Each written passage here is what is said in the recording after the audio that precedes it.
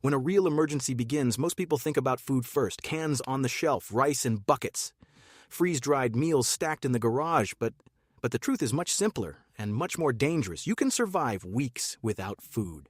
But without clean water, your body begins to fail in just days. And in a crisis, water is usually the first thing to disappear. Not because the lakes vanish, not because the rain stops, but because the systems we depend on every day are far more fragile than they look. One broken pipe, one power outage, one chemical spill, one major storm, one citywide contamination alert, and suddenly, the water coming from the tap is no longer safe. For preppers, this is the reality that matters most. Emergency water is not just about having a few bottles in the pantry. It is about having options, different layers, different backups, different ways to collect, store, filter, and protect the one resource your body cannot negotiate with. The first and most obvious option is bottled water. It is simple, it is affordable, it is easy to understand. You buy it, store it, and use it when needed. For short-term emergencies, bottled water works. A few cases can help a family get through a storm, a boil water notice, or a temporary supply issue. But bottled water has limits. It takes up space. Plastic can weaken over time. Bottles can leak. And if everyone waits until the last moment to buy it, store shelves empty almost instantly. That is why bottled water should be seen as a first layer, not a complete plan. The second option is larger water storage. This includes water bricks, stackable containers, drums, barrels, and tanks. These systems allow preppers to store much more water than a few grocery store cases. A single person needs at least 1 gallon of water per day for basic survival, and more if you include cooking, hygiene, hot weather, medical needs, or pets. For a family, that number grows fast. This is where many people realize how serious water preparedness really is.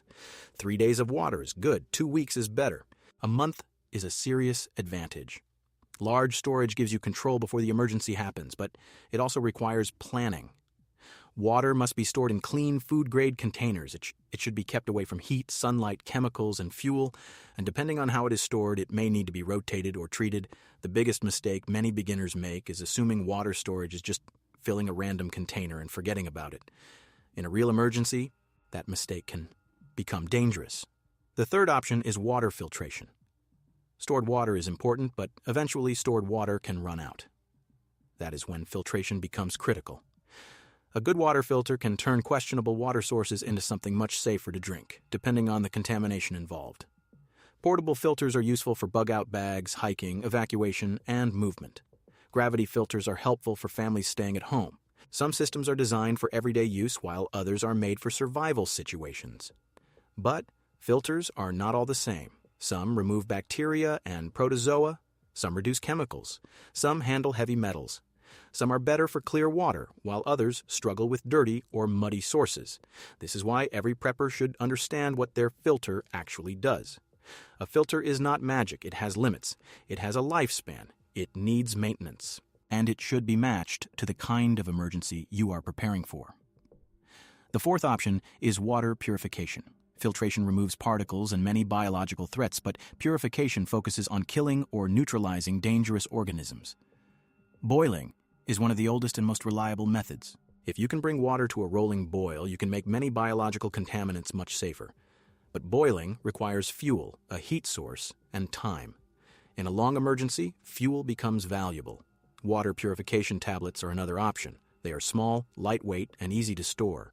They are excellent for bags, vehicles, and backup kits, but they can affect taste, require waiting time, and may not solve every contamination problem.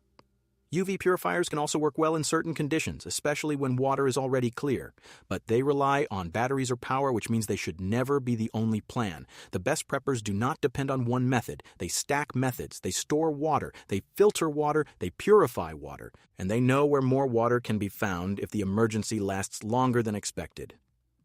The fifth option is rainwater collection. For people who live in areas where it is allowed, rainwater can become an important emergency resource. A basic system can collect water from a roof into barrels or tanks. With proper filtration and treatment, that water can be used for many needs. Even if it is not used for drinking right away, rainwater can help with cleaning, flushing, gardening, or sanitation. And sanitation matters more than many people realize. In a crisis, lack of water does not just make people thirsty, it makes everything harder. Dishes pile up, hands go unwashed, bathrooms become a problem. Small health issues become larger ones. Water is not only about drinking, it is about keeping life from breaking down. The sixth option is hidden household water. Most homes already contain emergency water sources that people forget about. The water heater may hold dozens of gallons. Toilet tanks, not bowls, may contain usable water if no chemicals have been added. Pipes can hold small amounts. Ice in the freezer can melt. These are not ideal primary sources, but in an emergency, knowing they exist can make a difference. Prepared people think ahead. They know how to safely access the water heater. They know where the shutoff valve is. They understand how to protect clean water inside the home if outside contamination becomes a threat. And that brings us to one of the most important principles in water preparedness. Convenience matters. A water plan that is too complicated often fails when stress hits. During an emergency, people are tired. They are anxious. They may be dealing with darkness, noise, heat, cold, children, elderly relatives, or damaged property. That is why simple systems are powerful. The easier your emergency water setup is to access, understand, and use, the more likely it is to actually help when things go wrong. This is where products like SmartWaterBox can fit into a prepper's overall water plan. Instead of thinking only in terms of scattered bottles, random containers, or last-minute panic buying, a dedicated emergency water solution gives you a more organized approach. For preppers, the value is not just having water, it is having water stored with intention. A ready-to-use water preparedness system can help simplify one of the most important parts of emergency planning, making sure clean water is available when normal systems fail.